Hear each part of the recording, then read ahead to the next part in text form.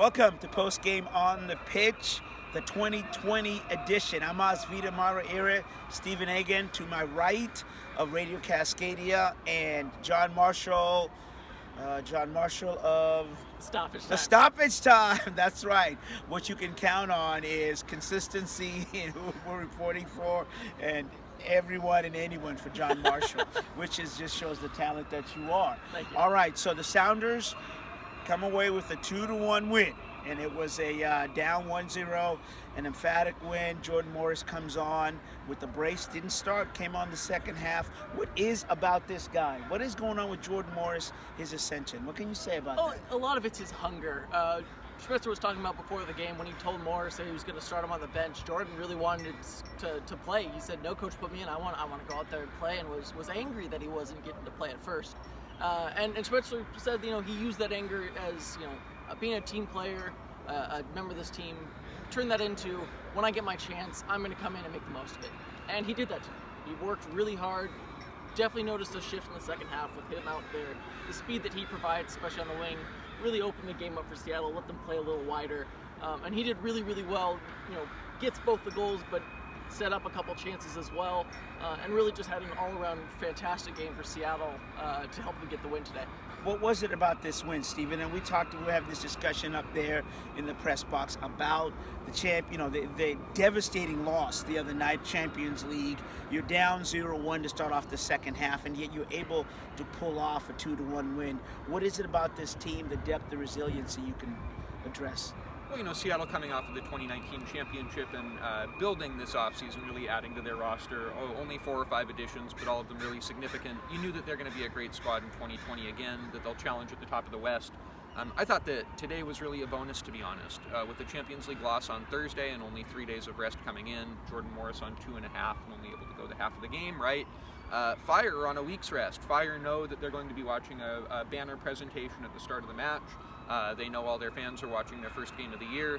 They know that it is a big deal, as big a deal for them as it is for anyone, and they are more focused, arguably, on this. They've had more time to focus on just this. And for Seattle to come away from the Champions League disappointment and then beat this Fire team after going down a goal, I think it's just bonus. It's 3 points you couldn't have expected to have gotten, and it's great momentum going into next week. And I think the gulf does show, because the Chicago Fire, going through rebranding, a new coach, and all of that, and the MLS is a tough league. You know what I'm saying, to establish consistency. And as to your point, Stephen, no doubt that the Seattle Sounders show their depth and the consistency and the talent that they have. Is Rui Diaz an issue that he hasn't played? I wouldn't say so much an issue that he hasn't played. Schmetzer did talk about how he really feels that Ladero not being in there, Rui Diaz misses him. They have a really great chemistry together. They play really well together. So Nico being out right now is probably a bit of a detriment to Rui Diaz's play. He did mention, he only, I think, had, for the entire game, 23 touches for Rui Diaz. Yeah. And Steven brought it up to Schmetzer, and he did say, no, that's not enough. They need to get them more involved. And I think when Nico comes back, that you'll see that increase, because he's just more comfortable. And as Joao Paulo gets more comfortable with this squad as well, and gets more comfortable with Rui Diaz, I think you'll see Raul playing a little bit better, being a little bit more dangerous, a little bit more touches, more chances. And bringing more to the side that we've seen from him in previous seasons. Gustav Svensson is another player that Schmetzer addressed will be practicing on Tuesday. They have Monday off, and then they generally practice on Tuesday. So that's an addition I would say should help the club move forward. He would have helped today, I think, for sure. Would have started where Danny Leyva did if he'd been available. Going back to Rui Diaz for a second, the other guy who only had, I believe, 26 touches off the top of my head was Miguel Ibarra, right? So Rui Diaz, we've seen it plenty of times. We've seen plenty of games where the guy scores a brace, scores a bunch of goals, and touches the ball fewer than 30 times. He does more without the ball than most attackers will, right? With the way that he stretches back lines, tries to get in behind, and creates that midfield space for his other attackers. However, when you have 2 players who combined have less than 50 touches, 73 minutes for Ibarra, 90 for Rui Diaz, both of them have less than 30, less than 50 touches combined, that's a 40% of your attack that's just hardly touching the ball, and that leaves the other 60%, Paulo, Roldan, the other guys in the midfield, with just way too much work to do. Yeah. Way too much work to do, and I think that showed through a little bit. And Sounders have the players, have the quality to ping the ball from side to side, like they did a little bit against Olympia in their rare moments of success. I want to see them be expansive with the ball, and I want to see them trust Ibarra, trust the new guys a little bit, move the ball around a little more. So I would, in a couple of words, I would say they are shaken but not stirred in terms of, the two games here. Sure, yeah, and Schmetzer did say that he didn't feel that there was much of a negative hangover from the loss on Thursday. He felt there was more motivation for this team than it was a depressing moment that was going to linger. They built on it instead of collapsing underneath it. And great teams find ways to win in games even when they give up the first goal and they don't play as well as maybe they could have. And they've had disappointment recently.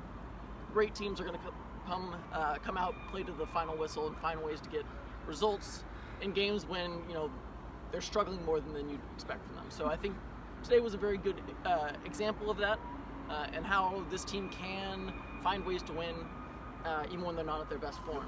Brilliant. That's the good to great. So moving forward now, the Sounders' next opponent, a little preview on that. What do you think? Yeah, I think before today, you had to be a little bit worried about the start of the season on account of Champions League and on account of that hangover. Man, I tell you, scoring a stoppage time goal in front of 40,000 people in your season opener will cure what ails you, right?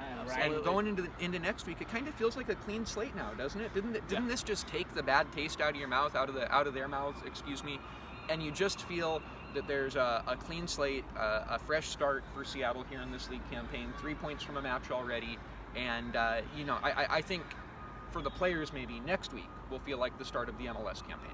And that's kind of what the players were saying a little bit in the locker room. I did talk to Kevin Latham, as we all so to give you all kind of what happens after the post game, we go in there and we hear the coaches, and then we talk to individual players because we work with them side by side and all of that stuff. So Sounders after 2 games, 1-1, and moving forward, and I'll agree with you, Stephen, that the feeling around here is that it's the start of the MLS. It's officially started now, though the record shows one win and no losses, which is a good thing. Yeah. And so for Stephen Aggen of Radio Cascadia, and you have a podcast, right? When can we find that out? Yeah, it's also called Radio Cascadia. You can find episode 184 this week on our Twitter account at radio_Cascadia, or online at radiocascadiasoccer.com. That's right, and that's where your website is too. That's correct? right. Yep. That's right. And you're contributing here as well. Yep. But where can I find Yeah. Stoppage Time by John Marshall? Yeah, you'll hear me on Radio Cascadia. You can also find me writing for Radio Cascadia as well as thestoppagetime.com, talking Sounders mostly for the Stoppage Time and covering all of Cascadia for Radio Cascadia. And talking about a great season that we should have here up in the Pacific Northwest. And you'll see him on post game on the pitch. Lastly, so for Mazvita Maraire of CascadiaSports.net, this is post game on the pitch. You guys are fantastic, and thank you for being here. Thanks, Maz. Thanks, Maz.